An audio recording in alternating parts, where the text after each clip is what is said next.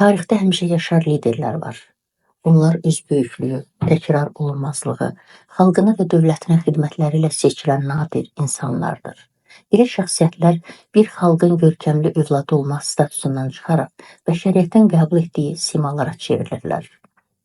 Almanların Bismarckı, Türklərin Atatürkü, İngilislərin Churchilli, Amerikalıların Roosevelti, Azərbaycan xalqının Heydər Əliyevi belə şəxsiyyətlərdəndir.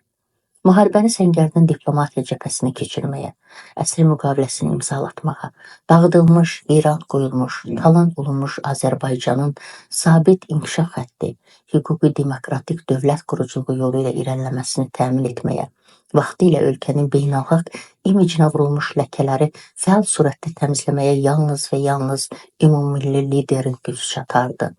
O özünün bilik və bacarığı, kamil şəxsiyyəti, fövqəladə intellekti, xüsusi təşkilatçılıq və idarəetmə qabiliyyəti, dövlətinə və millətinə bağlılığı ilə ölkəsinin müstəqilliyini nəinki qoruyub saxlaya bildi, həm də ona dönməz xarakter verdi.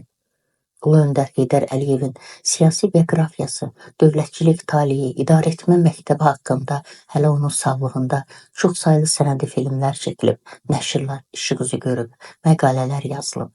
Heydər Əliyev Qarabağ münaqişəsinin ədalətli həlli üçün Azərbaycanın imkanları ilə yanaşı özünün xarizmasını da ortaya qoyur. Danışıqlar zamanı bu iki qüvvəni sinxron şəkildə çox məharətlə birləşdirirdi.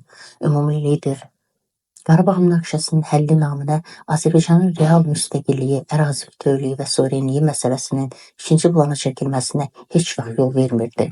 Prezident İlham Əliyev də eyni ilə ümumilli liderin mövqeyindən prinsipallıq və ardıcıllıqla çıxış edir. O dünyaya bəyan edir. Bir daha demək istəyirəm ki, Azərbaycanın ərazi bütövlüyü heç vaxt müzakirə mövzusu olmamışdır və olmayacaqdır. Bizim mövqelərimiz həm beynəlxalq hüquq normalarına, həm də tarixi ədalət və real məntiqə əsaslanır.